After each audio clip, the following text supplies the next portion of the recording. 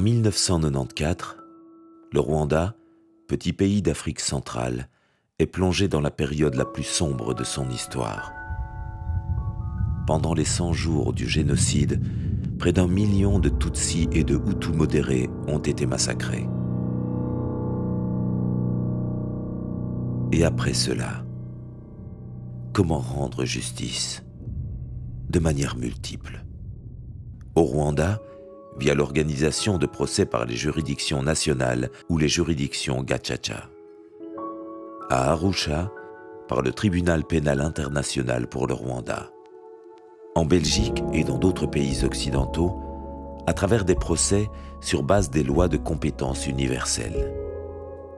RCN Justice et Démocratie, une ONG belge créée après le génocide et qui œuvre pour la restauration de l'état de droit dans les pays post-conflit ou en voie de développement, a interviewé 3 magistrats ayant contribué à cette justice. Une œuvre humaine avant tout, parce que si c'est là, c'est ici.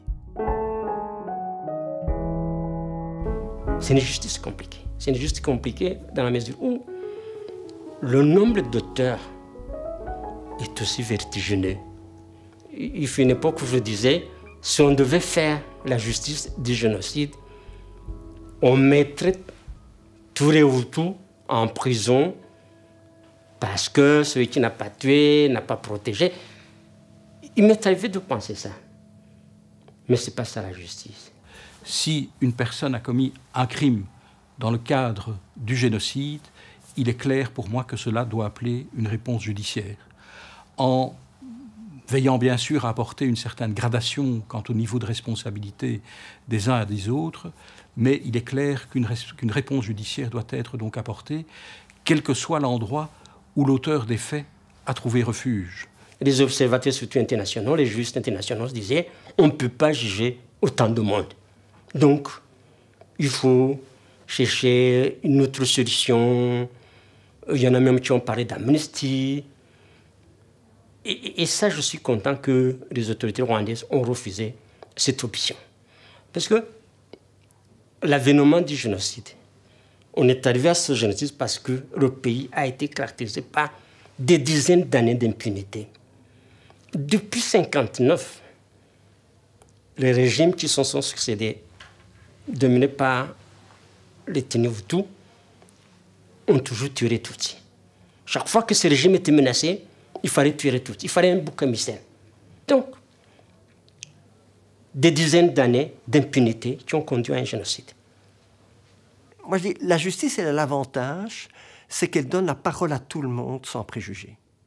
Et donc, elle va donner la parole aux victimes, bien entendu, aux témoins, et on pourra peut-être évoquer leur position chacun dans le procès qui est vraiment difficile, mais aussi on donne la parole à ceux qui sont accusés et de nouveau sans préjugés. Dans le génocide commis contre les Tutsis au Rwanda, il y a l'armée qui participe au massacre. Il y a la gendarmerie qui participe au massacre. Des magistrats, dont des procureurs de la République, qui sont sur les barrages, qui trient les gens sur base de carte d'identité. T'as les paysans Hutus qui massacrent le voisin Tutsi. Toute la société participe à ce crime. Et je n'ai pas peur aussi de le dire, c'est qu'à un certain moment, il y a eu une solidarité, je dirais, négative au sein des Hutus. Très peu de Hutus ont eu le courage de dénoncer les Hutus qui ont participé au génocide. La responsabilité pénale, on le répète, est toujours individuelle. Même dans un cas de génocide, les Hutus qui ont commis le génocide n'ont pas commis au nom de tous les Hutus. Ils l'ont commis. Eux, ils sont individuellement responsables. Il y a 25 ou 30 ans, est-ce que l'on aurait imaginé qu'il y aurait eu autant de juridictions pénales internationales qui allaient être mises sur pied? Est-ce que l'on imaginait que dans nos différents États européens, il y allait y avoir autant de procès qui allaient se tenir pour des crimes de ce type, que ce soit en Belgique, donc il y a eu un certain nombre de procès, récemment en France, en Allemagne donc également, au Canada. Donc vous avez un mouvement, je pense, qui est lancé, reste à demeurer vigilant pour qu'il en soit toujours ainsi, parce que c'est vrai que sur le plan de considérations politico-diplomatiques, il existe encore un certain nombre de considérations qui considèrent que la justice aurait mieux à faire qu'à s'occuper de crimes qui se sont commis à des milliers de kilomètres donc d'ici. Alors, à l'époque, il est vrai que la Belgique donc, avait une loi très large, uniquement pour les crimes les plus graves, génocide, crimes de guerre, crimes contre l'humanité, qui était ce qu'on a appelé la loi de compétence universelle. Ça veut dire que le juge, à partir du moment où il s'agissait de ces crimes-là, était compétent. C'est-à-dire qu'évidemment que c'est plus difficile de juger des faits qui sont à 6000 km. S'il y a un juge indépendant et impartial, moi j'ai ma priorité pour le juge national du pays où ça s'est passé, c'est lui qui est le mieux placé. Mais souvent, il n'est pas dans les conditions. En tout cas, à ce moment-là, souvent il faut du temps. Quand un pays s'est déchiré, il faut savoir que quand deux communautés se sont déchirées, regardez l'ex-Yougoslavie, regardez le Rwanda, dans les mois qui ont suivi, c'était un pays où les deux communautés se sont déchirées au point de s'entretuer. C'est pas une opposition politique, c'est vraiment un déchirement. Je pense que rendre justice, très vite, un juge risque d'être catalogué dans un côté ou d'un autre. Et donc, que ça peut être très difficile de juger. En fait, pourquoi on a ouvert les dossiers? C'est à la demande des victimes. C'est à la demande du Rwanda qu'on l'a fait. Et surtout des victimes rwandaises. Donc, là, j'ai envie de dire, c'est pas nous qui avons... Je peux vous dire, si ça ne tenait qu'aux Belges, on n'aurait pas eu de procès. Hein. Et donc, ce qui s'est passé, c'est que des Rwandais, côté victimes, ont croisé des personnes dont ils disaient, moi je sais qu'il a tué toute ma famille. Et sans tomber dans la globalisation, il y a aussi des victimes quand même extrémistes. J'ai dénoncé des arrestations arbitraires, j'ai dénoncé des dénonciations calomnieuses, ou des gens qui voulaient régler des comptes personnels. Tous les Hutus n'ont pas participé au génocide. Les rescapés Tutsis qui sont aujourd'hui au Rwanda ont été sauvés par des Hutus. Même si l'intention du pouvoir était d'amener le plus grand nombre de Hutus dans les massacres, dans le génocide, de les impliquer, il y a quand même des Hutus qui ont eu le courage de ne pas participer et d'autres qui ont eu encore des justes qui ont eu le courage de protéger, de cacher, de défendre. Les mécanismes sont toujours les mêmes. C'est extraordinaire. C'est extraordinaire de voir que les techniques d'extermination en 1940 en Allemagne, même si au Rwanda il n'y a pas eu de chambres à gaz, la même rhétorique, la théorie de l'exclusion de l'autre, parce qu'on prétend qu'on est différent, sont les mêmes mécanismes. Parce que malheureusement, c'est aussi... Alors, l'homme, dans ce qu'il a de pire ou dans ce qu'il a de mieux, est universel. Maintenant, à défaut, évidemment, pour nous, l'alternative, c'était l'impunité. Alors, entre dire plutôt un juge qui exerce sa compétence universelle ou ne rien faire, là, j'opte quand même pour plutôt faire quelque chose, parce que je crois que pas tellement la condamnation, mais le procès lui-même a une vertu. Ça, j'y crois, oui. S'il s'agit d'auteurs qui ont eu la possibilité, et bien souvent, il faut le dire, liée aux ressources financières dont ils disposaient, de pouvoir fuir le pays et de se retrouver dans un pays tiers, quel qu'il soit, sur quel continent qu'il soit, je pense que cette fuite ne peut pas constituer une garantie quant à l'impunité, d'où toute l'importance de voir les différents États se doter d'instruments à la fois judiciaires, à la fois d'enquête, de moyens d'enquête suffisants pour pouvoir enquêter sur ce type de crime et donc de lutter contre ce qu'on appelle l'impunité.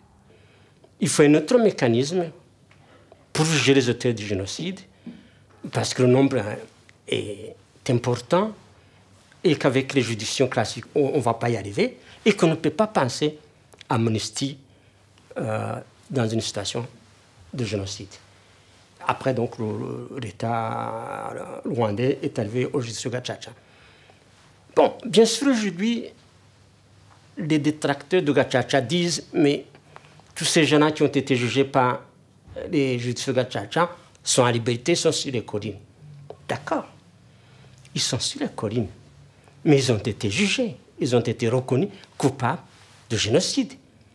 Donc, ce n'est pas des innocents. Le voisin, c'est un génocidaire, même s'il est là, même si on partage la bière. C'est un génocidaire.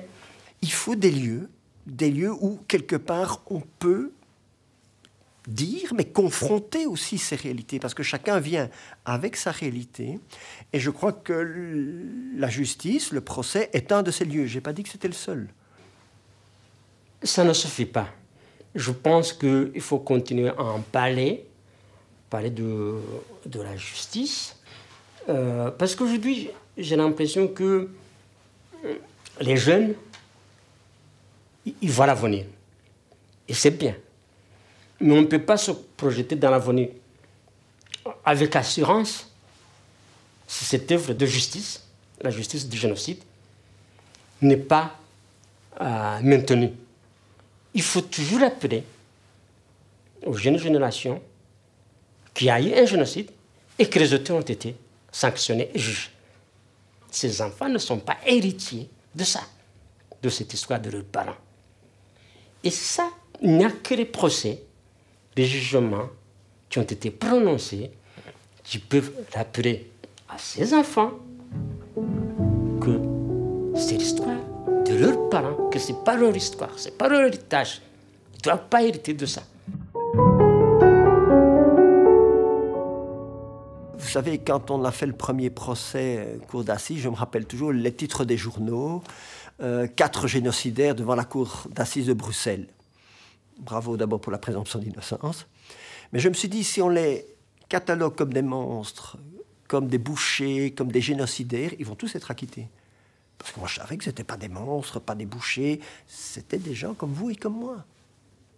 Et donc, on a vraiment cette interrogation de se retrouver face à des gens semblables, mais qui, en même temps, on est confronté à une réalité qui dépasse l'entendement. Alors, moi, on m'avait dit au départ, de toute façon, les Rwandais, c'est compliqué.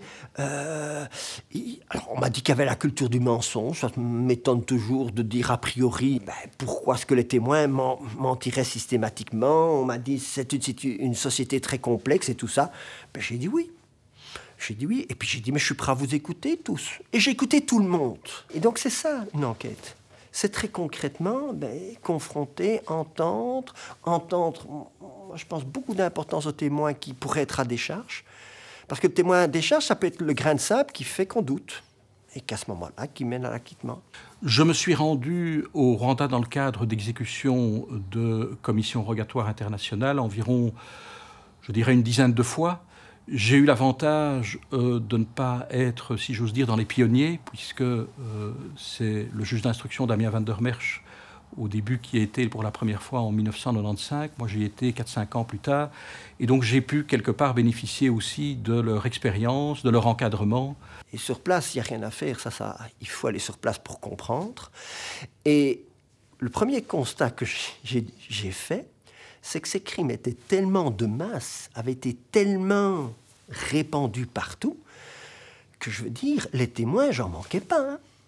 Ne fût-ce que d'ailleurs, les personnes qui massacraient sont témoins pour l'un vis-à-vis de l'autre, mais aussi tout Rwandais n'a pas participé au génocide. Il y en a beaucoup qui étaient là, qui n'étaient pas menacés parce qu'ils étaient Hutus, mais qui n'ont pas participé pour autant. Ce sont des témoins. Une des caractéristiques de ce type de dossier, c'est que les personnes qui sont auteurs de ces crimes particulièrement donc abjects sont des gens avec un profil tout à fait ordinaire, pour la plupart d'entre eux. Et tout d'un coup, ils ont basculé donc dans l'horreur alors qu'ils n'avaient absolument pas le profil de ce type de criminel ou de n'importe quel criminel. C'est tout l'effet de masse auquel on a été confronté, tout l'effet de la propagande, de la communication, des médias. Donc au niveau du génocide rwandais, Dieu sait le rôle important qu'a joué la radio-télévision libre d'Émile Colline, qui a véritablement fait en sorte que certains basculent. Et donc c'est vrai que, eu égard au contexte, et c'est ça un peu que ma réflexion, c'est que je parle de logique collective, il y a un contexte qui rend des choix très difficiles. Et que là, il y en a certains qui font le choix, on a parlé de la collaboration dans la guerre 40-45, c'est quelque chose de très réel, c'est qu'on choisit des fois le camp des tueurs. C'est ce qu'Hannah Arendt a parlé, le choix du moindre mal. C'est qu'on choisit en disant, je vais rester pour quand même essayer de contrecarrer de l'intérieur, pour essayer de limiter les exactions. Donc, il y en a certains qui l'ont fait pour limiter le génocide.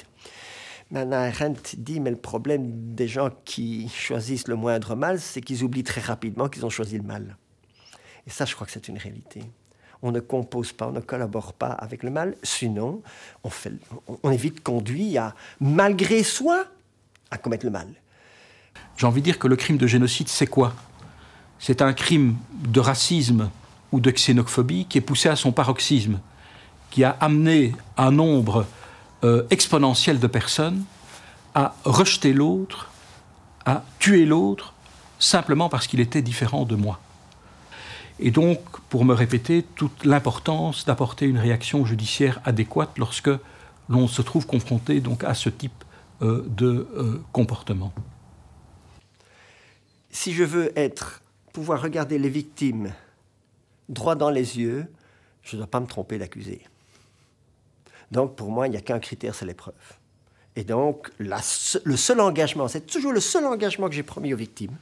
J'ai jamais promis que j'allais faire condamner qui que ce soit. J'ai dit, j'irai jusqu'au bout en termes de la recherche des preuves. Et donc, l'engagement que j'ai envers les victimes est le même engagement que j'ai envers les accusés. Je dirais, envers les accusés, j'ai dit, il y a une chose que vous pouvez compter sur moi, c'est que je vais instruire à charge et à décharge jusqu'au bout. Si vous voulez bien instruire pour les victimes, instruisez surtout à décharge. Sinon, vous allez vous faire massacrer lors du procès. Et juger, ce n'était pas notre problème. Nous, c'était d'aller à fond dans les enquêtes. Je dirais aussi, et c'est peut-être un peu plus paradoxal, que je pense qu'il faut faire preuve aussi de beaucoup de modestie. Beaucoup de modestie parce qu'on ne peut s'empêcher de se poser malgré tout la question de savoir si moi, je m'étais trouvé dans cette situation-là, dans le pays X, comment est-ce que je me serais comporté? Est-ce que j'aurais suivi la masse qui commettait les crimes? Ou bien est-ce que je me serais trouvé du côté plutôt de ce que j'appellerais les héros, voire certains qui ont accepté de sacrifier leur vie?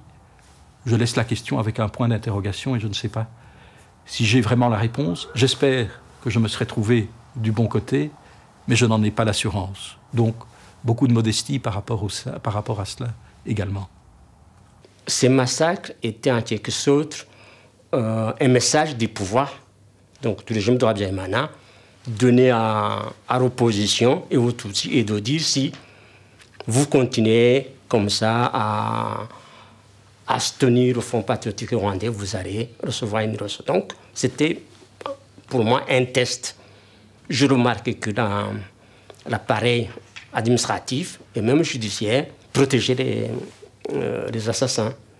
Et c'est comme ça que j'ai procédé moi-même. J'ai supervisé les arrestations sur les collines avec 2 gendarmes. Donc je donnais des ordres, malgré l'absence de soutien du procureur général et même du ministre de la Justice de l'époque. Et je précise que le ministre de la Justice à l'époque a été condamné au tribunal pénal international d'Arusha. Il y a eu un groupe de 22 prisonniers qui sont morts dans un cachot de la gendarmerie, asphyxiés, en la présence des soldats qui les gardaient. Et ces soldats étaient en train d'écouter de la musique.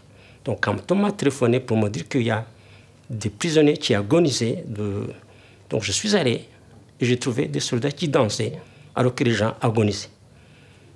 J'ai dénoncé ça sur les antennes de la radio nationale en disant que le sang qui avait été versé était tellement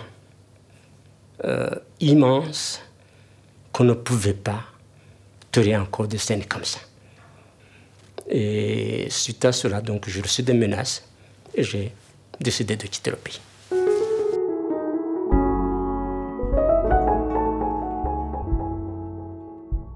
J'ai jamais senti de la haine en moi vis-à-vis d'un génocidaire. Il reste des hommes, des femmes, comme nous tous, à part peut-être les cerveaux, les élites, la plupart des exécutants. Ouais, ce sont des bourreaux, ce sont des assassins, mais bon, ils sont aussi des victimes d'un pouvoir qui les a entraînés dans le génocide, qui les a manipulés pendant des années, parce que nous avons tendance à dire, oui, un génocidaire, c'est un animal, c'est quelqu'un qui n'a pas d'humanité. Non, ce sont des hommes, ce sont des femmes, comme nous,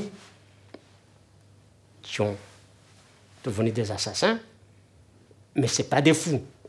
Les crimes qu'ils ont commis sont abominables, inacceptables, mais cela n'empêche qu'ils soient humains comme nous. Et quelque part, ces dossiers présentent le paradoxe de vous confronter à ce que j'appellerais le pire et le meilleur de l'être humain. Parce que vous avez bien sûr le pire avec ces auteurs de crimes qui ont commis des crimes on ne peut plus abominables donc et abjects, mais en même temps, dans le type d'enquête que vous menez, vous vous rendez compte qu'il y a eu des personnes qui, au contraire, ont donné le sacrifice de leur vie parfois pour aider des personnes qui étaient la cible des génocidaires et qui ont sacrifié vraiment donc leur vie et que donc quelque part ça vous réconcilie un peu avec la nature humaine.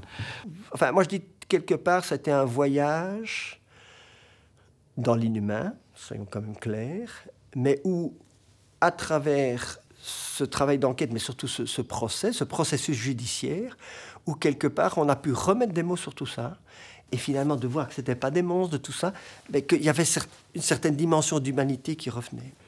J'ai des collègues qui m'ont dit que pour se protéger contre l'horreur des histoires du génocide, comme contre les Tutsis, ils essayaient de ne pas s'impliquer trop, de ne pas émotionnellement s'intéresser à ces dossiers. Pour traiter ce type de dossier, je dirais qu'un magistrat doit certainement faire preuve de patience et de persévérance, parce que ce sont des dossiers qui ne se terminent pas donc en une année, mais c'est en plusieurs années d'enquête que l'on doit les compter. Il faut faire preuve certainement d'une curiosité intellectuelle qui dépasse ce que j'appellerais le champ classique lorsque l'on travaille dans des dossiers judiciaires, donc ici en Belgique. Et c'est certainement aussi des dossiers pour lesquels on doit faire preuve d'énormément donc d'empathie. Si vous n'avez pas un minimum d'empathie pour les victimes, vous ne réussirez jamais vos dossiers. C'est comme le magistrat avait pour mission de remettre les choses en état, dans la situation idéale dans laquelle les choses se trouvaient. Et vous ne pouvez pas y arriver en état neutre. Sa mission va au-delà d'appliquer la loi, parce que sa décision doit réparer le préjudice que la victime a subi, mais qu'aussi la société a subi. Par contre, autre chose, la peur de se tromper, la peur de faire fausse route. Quand vous écoutez tous les points de vue, et il y en a qui vous disent quand même, mais vous êtes à côté de la plaque. Vous êtes pour qui vous vous prenez. Bon, j'ai eu ça avec la compétence universelle aussi, en disant vous prenez pour le gendarme du monde. Je me rappellerai toujours un des attendus d'un arrêt de la Cour internationale. Mais pour qui se prend ce juge européen de penser qu'il pourrait juger comme ça? Ben oui, ça ne me laisse pas du tout indifférent. Je le reconnais, et ça m'a touché, et ça m'a fait des fois changer aussi de... Voilà, donc effectivement, alors quand quelqu'un... je ne vous cache pas que quand on était au Rwanda, on a l'impression que tout était clair, et quand on entendait la défense ici qui soulevait plein de questions, tout redevenait compliqué. Donc c'était complexe, effectivement, mais ça, cette complexité, il faut l'assumer, je pense. Et je pense le pire que les personnes pouvaient redouter, c'est que je ne me pose plus de questions. Difficulté aussi, tout simplement parce que c'est travailler sur des crimes qui sont donc les plus innommables et que nous sommes magistrats et enquêteurs, tout simplement donc des êtres humains qu'il n'est pas toujours facile de devoir vivre donc au quotidien et d'être plongé au quotidien dans ces horreurs lorsque l'on se rend là-bas sur place au Rwanda. Le monde de la justice est très dépourvu par rapport à cela. De support psychologique ou autre, vous n'en avez pas. D'autres corps de l'État, par contre, en bénéficient de façon institutionnalisée. Si je pense à la police, si je pense donc à l'armée, ils ont des structures professionnelles qui existent et auxquelles les militaires ou les enquêteurs peuvent faire appel s'ils le souhaitent, s'ils ont été confrontés à des situations traumatisantes. Sur le plan donc, de la justice, ce type de service n'existe pas. Pour moi, le Rwanda, c'est tous les jours encore. C'est quelque chose qui, pour moi, fait partie maintenant de ma compréhension, de mon questionnement par rapport à l'humain et l'inhumain, mais je veux dire qui fait partie de mon quotidien. Ça m'a appris d'apprécier chaque jour, de reconnaître chez chacun ce qui est positif et surtout de me rendre compte combien je suis privilégié. Je suis privilégié. Il y a ceux qui ont perdu la vie. Je n'étais pas plus intelligent, je n'étais pas plus généreux. La vie, ça, c'est un cadeau que j'ai reçu. Je dois accepter ça comme un cadeau et accepter que j'ai la chance et que j'ai toujours la chance.